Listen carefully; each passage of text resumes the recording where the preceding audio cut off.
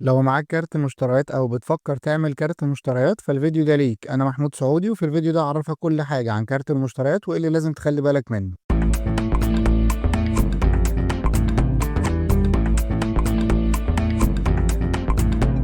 في البداية كارت المشتريات أو البطاقة الائتمانية هو عبارة عن مبلغ خاص بالبنك بيكون موجود في كارت المشتريات، وبيتم إصداره ليك بضمانة معينة، ممكن بضمان شهادة أو مرتب أو غيره. الكارت ممكن تستخدمه في معاملات السحب النقدي والمشتريات، وممكن كمان تستخدمه بالعملة الأجنبية لو أنت مسافر بره مصر أو بتشتري أونلاين من موقع أجنبي، وبيكون فيه عمولة على الاستخدام بعملة أجنبية بتعرفها من البنك الخاص بيك. الكارت بيشتغل بعد مرور شهرين من تاريخ الإصدار بعملة أجنبية في أغلب البنوك. كمان في بعض كروت المشتريات ممكن تدخل بيها بعض صالات المطارات العالمية مش في مصر بس. كمان ممكن تقسط المعاملات سواء اللي بتشتريها من مصر أو بره مصر أو حتى السحب النقدي، والتقسيط بيكون نوعين. أول نوع وهو التجار المتعاقدين مع البنك، زي لما تروح محل تشتري موبايل مثلا ويقول لك لو معاك كارت مشتريات ممكن تقسط على 18 شهر بدون فوائد. في الحالة دي التاجر بيبقى متعاقد مع البنك وهو اللي بيقسط ليك المعاملة. النوع التاني وهو التقسيط مع البنك نفسه، وده لو انت اشتريت حاجة من مكان مش متعاقد مع البنك الخاص بيك أو سحبت نقدي. في الحالة دي لو حابب تقسط بيكون في عمولة تقسيط البنك بيفرضها عليك، وبيكون في شروط معينة خاصة بالتقسيط بتعرفها من البنك الخاص بيك. واحيانا البنك نفسه بيبقى عامل عروض تقسيط على فتره معينه بدون عموله. كمان كارت المشتريات لما بتشتري بيه بيتحسب لك نقاط، والنقاط دي ممكن تستبدلها بعد كده سواء بكاش باك، وهو ان النقاط دي تتحول لمبلغ يسدد جزء من الفلوس اللي اشتريت بيها قبل كده،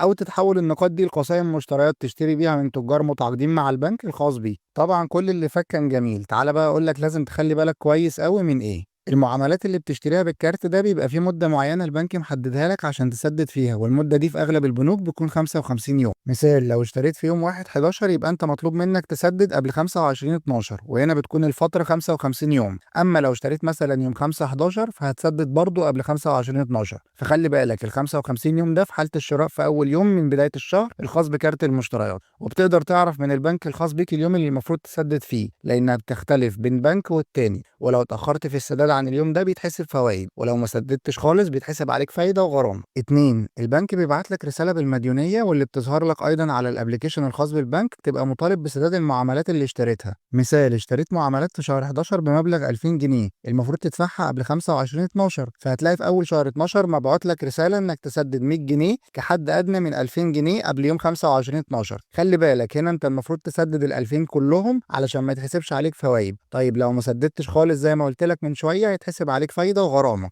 ولو سددت الحد الأدنى بس هيتحسب عليك فايدة بس مش هيتحسب غرامة.